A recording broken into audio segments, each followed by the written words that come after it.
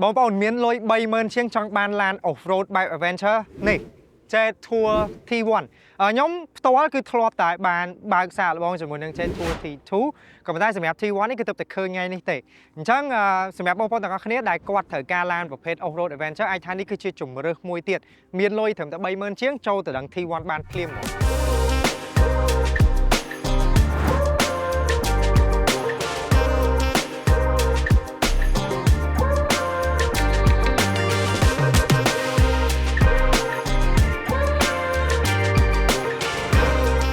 ចឹងឥឡូវខ្ញុំមកបងប្អូនទាំងអស់គ្នាមកមើលមកជុំទៅលើរូបរាងរបស់ T1 បើសិនជាយើងមើលទៅលើរូបរាងរបស់វាឃើញថាមៀតទំហំការ design ហ្នឹងគឺស្តៀងជាមួយនឹង T2 មែនតើប៉ុន្តែបើយើងមើលទៅលើផ្នែកខាងមុខនេះគឺរៀងខុសគ្នាបន្តិចត្រង់ថា T1 នេះការ design របស់វាប៉ាណានេះរៀងកាត់មកបែបឡានប្រើនៅក្នុងក្រុងច្រើនហើយកាត់ទៅរកផ្នែក off road បន្តិចហើយនៅខាងមុខនេះដែរចំណុចពិសេសរបស់វាហ្នឹងគឺទៅលើចង្គៀងនេះដែល design មកគឺខុសគេខុសឯងហ្មងអត់ទាន់ជាមួយណាគេទាំងអស់អញ្ចឹងចង្គៀងខាងមុខរបស់វានេះយើងឃើញថារចនាបថនេះគេយកតាមស្លឹករុក្ខជាតិមកប្រភេទដែលភាសាអង់គ្លេសគេហៅថាស្លឹក clover អា clover នេះវាមានអាប្រភេទស្លឹក3និងប្រភេទស្លឹក4ស្លឹក clover ចំនួន4នេះគឺតំណាងឲ្យគេហៅថាសំណាងជាមួយនឹងភាពកម្រអានេះក៏ជាចំណុចពិសេសមួយដែល unique របស់ design Jet Tour T1 ដែរស្តៀងជាមួយនឹង T2 ដែរឥឡូវខ្ញុំនាំបងប្អូនទាំងអស់គ្នាមកមើលលឿនផ្នែកចំហៀងទីមួយតាក់ទងជាមួយនឹងកញ្ចក់នេះក្តោបអូតូបងប្អូនទាំងអស់គ្នាហើយអានេះមានកាមេរ៉ា540មុខងារពិសេសមួយចំនួនចាំខ្ញុំបង្ហាញនៅផ្នែកខាងក្នុងឥឡូវនេះក៏មានឈ្នាន់ជើងចំហៀងដែរអញ្ចឹងនៅពេលដែលយើងបើកទ្វារមកនេះវាមានឈ្នាន់ជើងសម្រាប់ដើរឡើងអញ្ចឹងហើយនៅខាងលើនេះស្តៀងជាមួយនឹង Jet Tour T2 ទាំងការ design នេះគឺស្តៀងគ្នាមែនតើកាងខាងលើនេះយើងអាចចាប់ជាមួយនឹង accessory បានអញ្ចឹងគឺត្រូវហើយសម្រាប់បងប្អូនដែលគាត់ចូលចិត្តលេងឡានបែប adventureអញ្ចឹងតែតទៅជាមួយនឹងការ design នៅផ្នែកខាងក្រោយយើងឃើញថាអត់មានកង់សកលដូច T2 ទេហើយការ design នៅខាងក្រោយនេះគេហៅថាបែប block design វាមានមួយកលៈមក block មើលទៅបែបសាច់ដុំតាក់ទងជាមួយនឹងចង្គៀង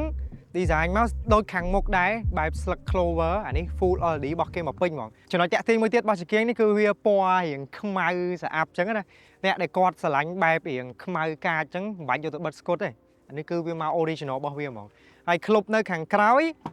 នេះក្លុបអេឡិចត្រូនិកចុចប៊ូតុងឬមួយក៏បញ្ជាពីសោបញ្ជាពីក្នុងឡានក៏បានដែរ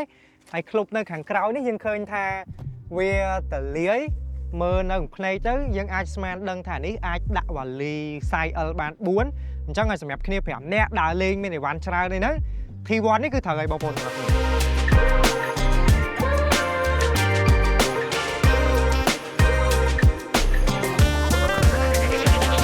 បងប្អូនសម្រាប់ Jet Tour T1 នេះបើសួរខ្ញុំផ្ទាល់ហ្មងគឺខ្ញុំចាប់អារម្មណ៍ខាងក្នុងជាងខាងក្រៅដោយសារតែខាងក្នុងនេះវាមានរបស់លេងច្រើនជាងហើយខ្ញុំអត់នឹកស្មានថាឡានតម្លៃ30000ជាងប៉ុន្តែ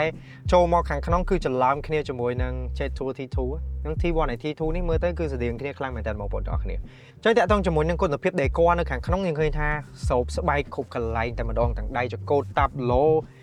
នៅលើកៅអីជាដើមហើយកៅអីនេះដែរក្រៅទៅពីជាកៅអីស្បែកវាមានប៊ូតុងអេឡិចត្រូនិកទាំងសងខាងហើយកៅអីនេះក៏ភ្ជាប់មកជាមួយនឹងមុខងារត្រជាក់ដែរដែលយើងអាចចុចបញ្ជាពីលើអេក្រង់នេះបានអញ្ចឹងនេះយើងចាប់អស់វាមកយើងអាចសេរីកម្រិតខ្យល់វាបានហើយគូប្រយ័ត្នថាកៅអីត្រជាក់មិនមែនមានតែមួយខាងទេណាមានទាំងសងខាងដូចគ្នាចំណុចនេះគឺល្អហើយទៅលើការ design នៅលើតាប់ឡូយើងឃើញថាចូលមកគឺរៀងចាប់អារម្មណ៍ជាមួយនឹងរចនាបថនៅកន្លែងនេះបើតាមខ្ញុំចាំអត់ខុសទេគឺស្តៀងជាមួយនឹង T2 អានេះដូចផែនទីរបស់ពិភពលោកយើងអញ្ចឹងណាគេយកវាមកលាតនៅលើតាប់ឡូនេះកន្លែងនេះមានកន្លែងតោងដៃទៀតដូចឡាន off road អញ្ចឹងនេះ concept នេះគឺ concept ឡាន off road ហ្មងបងប្អូនទាំងអស់គ្នាកន្លែងនេះតោងដៃកន្លែងនេះយើងអាចដាក់អីវ៉ាន់បាន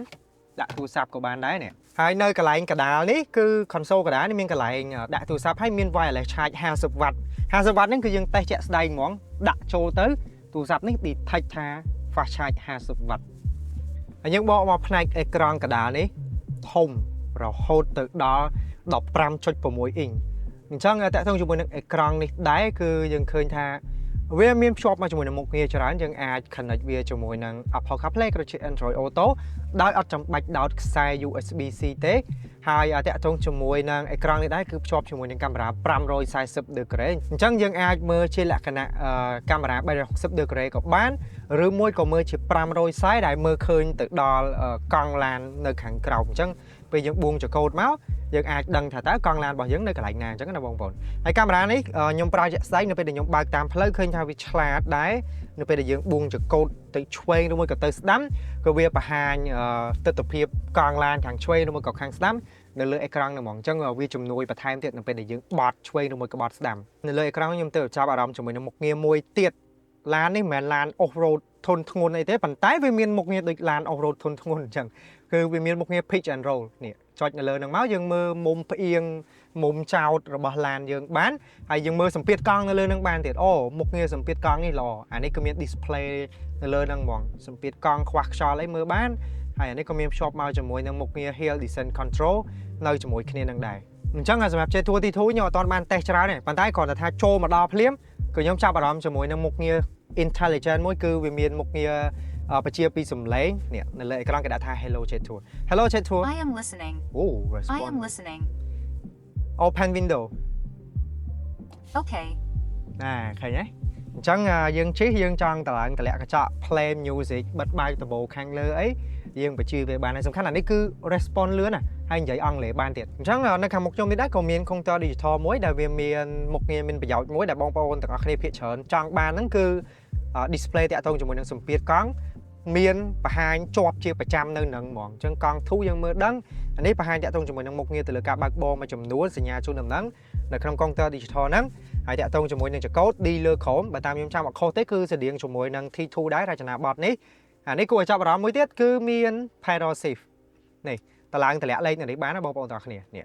ឃើញទេ pedal shift តម្លើងតម្លាក់បែប manual នៅនេះបានអញ្ចឹងភ្ជាប់មកជាមួយនឹងចង្កឹះលេខចង្កឹះលេខនេះអានេះ design បែប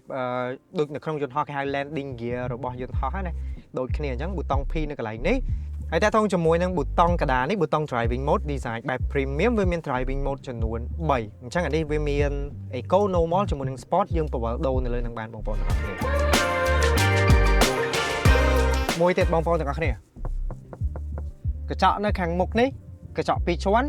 ហើយមានភ្ជាប់មកជាមួយនឹងមុខងារការពារ UV មកស្រាប់ហ្មងមើលតាមស្ពេចពីក្រុមហ៊ុនគឺកម្រិតការពារ UV រហូតដល់ 99% ហើយដបូលនៅខាងលើនេះដបូលកញ្ចក់ panoramic យើងអាចបើកលាតអញ្ចឹងក៏បានឬមួយក៏បើកចំហឲ្យខ្យល់ចូលក៏បានដែរដបូលនេះក៏មានមុខងារ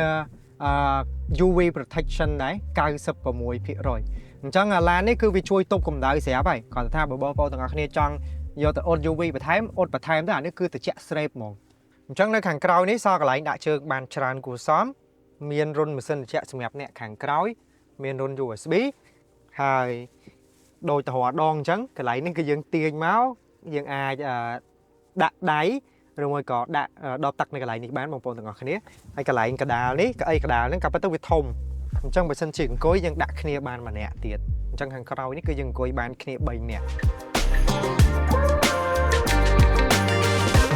អញ្ចឹងតាក់ទងជាមួយ performance បងប្អូនទាំងអស់គ្នាខ្ញុំទៅបានបើក T1 នេះលើកដំបូងដែរទេម៉ាស៊ីនរបស់វាហ្នឹងគឺ 1.5 ជំនួយដោយ turbo ប្រើកម្លាំងបាន184សេសហើយកម្លាំងរមុះ290 Newton m អានេះភូមិខងជាមួយនឹងប្រអប់លេខ DCT 7 វគ្គមាន pedal shift ដូចបានបង្ហាញអញ្ចឹងនេះវាយ pedal shift មកអញ្ចឹងយើងចង់តម្លាក់យើងវាយ pedal shift នឹងបានអញ្ចឹងតាក់ទងជាមួយនឹងឡាននេះដែរម៉ាស៊ីនរបស់វា 1.5 នេះគឺគេធ្វើមកសម្រាប់បងប្អូនដែលគាត់ប្រើក្នុងក្រុងជាមួយនឹង off road បែបស្រាលកម្រិតស៊ីសាំងរបស់វានឹងក៏សមចៃដែរស្ពេចពីរោងចក្រគេវាយជាមធ្យមទៅគឺ100គីឡូម៉ែត្រវាស៊ីសាំងតែ 6.69 លីត្រទេនៅក្នុងការបើកបរ100គីឡូម៉ែត្រហើយមួយទៀតនៅពេលដែលយើងឡើងជិះមកបើយើងចាប់អារម្មណ៍ថាឡាននេះគឺមានជើងក្រោមខាងក្រោយរបស់វានឹងប្រភេទ multi link suspension ស្លាបបញ្ជាវអញ្ចឹងហើយពេលជិះទៅវាអត់សូវដឹងអាលាក់ដូចឡានដែលយើងប្រើបូមហើយនឹងម៉ាស៊ូធម្មតាទេហើយតាក់ទងជាមួយនឹងប្រព័ន្ធសុវត្ថិភាពបើបងប្អូនទាំងអស់គ្នាសួរខ្ញុំនឹងប្រាប់បងប្អូនថាបើចង់បានច្រើនទិញ T2 គឺ full option ហ្មងមុខងារទំនើបច្រើនប៉ុន្តែបើសិនបងប្អូនទាំងអស់គ្នាមកគ្រាន់តែចង់បានមកតម្រូវការប្រើទូទៅអានេះក៏មានមុខងារសុវត្ថិភាពដែរប៉ុន្តែវាអត់មានច្រើនដូច T2 ទេឥឡូវវាមានមុខងារជូនដំណឹងនៅពេលដែលមានឧបសគ្គវាលូតសញ្ញាយើងដឹងពេលយើងថយក្រោយវាមាន sensor នៅខាងក្រោយហើយអានេះមានមុខងារ electronic parking brake auto hold ពេលយើងឈប់ stop អីយើងជន់ហ្វ្រាំងមួយទៅវាជួយ hold ហ្វ្រាំងនឹងឲ្យយើងឲ្យជាប់ហើយ cruise control ក៏មានដែរនៅលើដៃចង្កូតនេះយើងអាច set cruise control បានហើយក្រៅពីហ្នឹងវាមានប្រភេទមុខងារ ប្រព័ន្ធសុវត្ថិភាពស្តង់ដារដោយប្រព័ន្ធជួយទប់បំណឹងប្រព័ន្ធការពារកលាប់អីហ្នឹងឯងបងប្អូនអញ្ចឹងសម្រាប់ Jet Tour T1 នេះដែរតម្លៃប្រកាសជាផ្លូវការហ្មងគឺ$37,900ហើយឡាននេះដែរគឺនាំចូលនឹងចែកចាយផ្ដាច់មុខដោយ K&N Camry អញ្ចឹងសម្រាប់បងប្អូនទាំងអស់គ្នាដែលចង់មកបើកសាកល្បងមើលឡានផ្ទាល់អាចអញ្ជើញមក showroom របស់ Jet Tour Cambodia បានលេខទូរស័ព្ទព័ត៌មានបន្ថែមខ្ញុំដាក់នៅលើអេក្រង់